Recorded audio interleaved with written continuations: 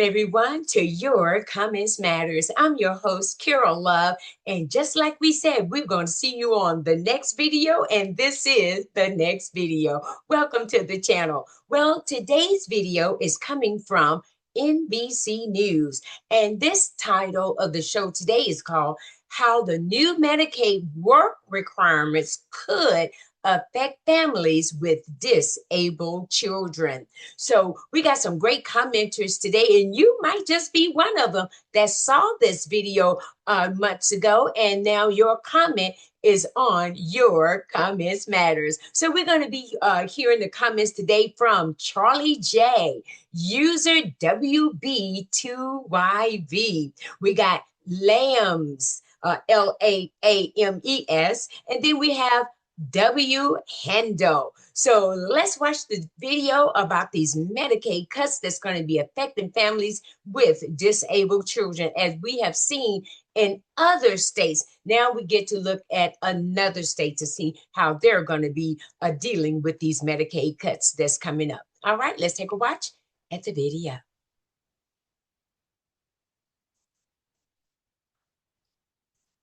His signature domestic policy package into law today. It includes new spending, but also new cuts and changes to programs like Medicaid. Many who are enrolled in Medicaid will soon be required by the new law to prove every month that they work, study, or volunteer 80 hours a month. By one estimate, 92% of Americans under 65 who are enrolled in Medicaid are already working. One Missouri mom whose adult son requires round-the-clock care is worried his Medicaid coverage could soon be lost. My NBC News Daily co-anchor and correspondent Zincle Asamoah sat down with her. For Kimberly Gallagher, the loss of her husband to cancer 6 years ago also meant the loss of her private insurance. It's health care she desperately needs to care for her son Daniel in Kansas City, Missouri. He's had a rare genetic condition since birth. Well, Daniel's a little different than the typical person with Prader-Willi syndrome. He's lower functioning and he's nonverbal because of the autism. Daniel is now 31. What does his care look like day to day now? He requires total care. Gallagher is enrolled in Medicaid, but new work requirements and President Trump's newly passed One Big Beautiful Bill Act put her at risk of losing that coverage. You supported President Trump, and this policy has been spearheaded by him. I wonder if it matches what you were expecting or what your hope is moving forward. No, it doesn't match. What are you talking about? You heard what again, he I said. still He have can't pay. the part of me that wonders if somewhere in that 200 and some odd pages, if there's something that I'm missing that will still protect us. Around 18.5 million Americans will now be required to prove they work, study, or volunteer no less than 80 hours a month, with some exceptions, according to the Congressional Budget Office. What's the problem with trying to verify individuals when it comes to their work status and employment status? I was on the ground in Arkansas when the state tried requirements just like this in 2018, and we saw working people, disabled people, caregivers, all of them getting cut off the program left and right. The idea of work requirements for Medicaid is not new. In 2023, Georgia introduced similar parameters still in place. And in 2018, Arkansas did the same. Former legal aid attorney Kevin DeLeban filed a suit against Arkansas's Medicaid changes. The federal judge and then the Biden administration ultimately blocking the work requirements. More than 18,000 people lost coverage in that state. Imagine getting a 10-page letter today that says something that you barely understand. Right? Because it sounds like you might be eligible, but you might not be eligible and you're not sure. You're buried under an avalanche of paperwork. Red tape, and that's what they want. Hoops to jump that's through. What they want. So you can give up have a major and get off the cost-cutting effect, with $325 billion worth of savings estimated by the Congressional Budget Office. When you're talking about Medicaid, we need to make sure the program is sustained for the people it's intended for. That's, you know, the elderly, the disabled, young pregnant mothers down on the luck. Now families like the Gallaghers say they're in limbo. In 2019, Gallagher relinquished custody of her son so she could get paid by the state of Missouri to be his full-time caregiver, a provision under Missouri state law. Just the act of going into court and, you know, declaring that you're giving up your son. And I'm sorry. No, it's okay. Today, she fears she'll lose even more. This bill is set to be signed by President Trump today. Wow. In the Oval Office. So You've sad. supported him in the past. So sad. If you could talk to him right now, what would you say? I want to know what he was thinking. The politicians say that Medicaid is not going to be affected. What was he thinking? Except He told you for what the he was people thinking. who, supposedly are cheating the system. And it's not supposed to affect the disabled. And so I just want some more guarantees. The family seeking certainty as the health Trump coverage would be they out of rely office on by the time is you set to get a change. guarantee. Zinkley Asamoah there. Zinkley, thank you. That story, by the way, was produced in collaboration with our partner, KFF Health News. All right, everyone. You saw the video right there from NBC News where it was talking about how these Medicaid cuts are going to be affecting families with disabled children. And you saw it for yourself. The mother there with her own child and how she had to, right towards the end, you guys heard her say that she had to give up the rights to her child so she could keep the Medicaid. So, because now she's going to have to go out and work those 80 hours. So she had to give up the right to her child to someone else. Oh my goodness. This is just too much. So let's just recap a few of the points that we saw, okay? So now with these new Medicaid cuts requirements, you either going to have to work for 80 hours a month, you're going to have to be in school studying, or you're going to have to volunteer. You got 3 choices to do something, which is that's good. But if you're like that lady with her child, she can't do either one because he needs 24 care. But she had to go to drastic measures to keep the Medicaid. So it says that, and notice her son was 31 years old. So she's been living with, taking care of her son for 31 years. That is a long time, isn't it? So did you see where that in Arkansas, where these work requirements was put in place, but during the Biden administration, they saw that these work requirements was too much for these people. So they blocked it. So these mothers will be able to stay home and take care of their children. All right, everyone. Well, you saw it for yourself. Go back and rewind it if you need to. But we're going to get into the comments now. And we want to hear what the commenters have to say on this story. Let's take a look.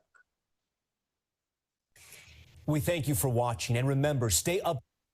Here we have our commenters. And the first commenter is coming from Charlie J766. Hello there, Charlie, and welcome to Your Comments Matters. Charlie says, social worker here. During Trump's first term, I had clients in a rural area that were big Trump supporters. She and her husband were caring for her mother-in-law who had been diagnosed with cancer. Fortunately, she had health insurance through the Affordable Care Act, or Obamacare. For those who don't know, Trump tried really hard to repeal ACA, but John McCain cast the deciding vote, which saved it. When I shared this with my client and her mother-in-law, they both told me I had to be mistaken and needed to do more research.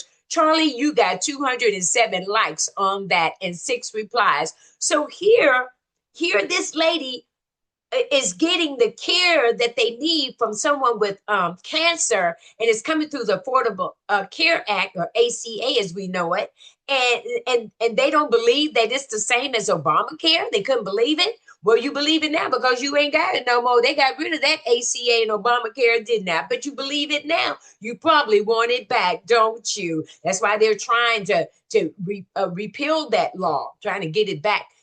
With the subsidies back to the people. Let's take a look at another commenter. This one is coming from user WBT2YV. Hello there, user WB2YV says, the new ugly bill will also devastate the Affordable Care Act marketplace, which millions rely on for their health insurance.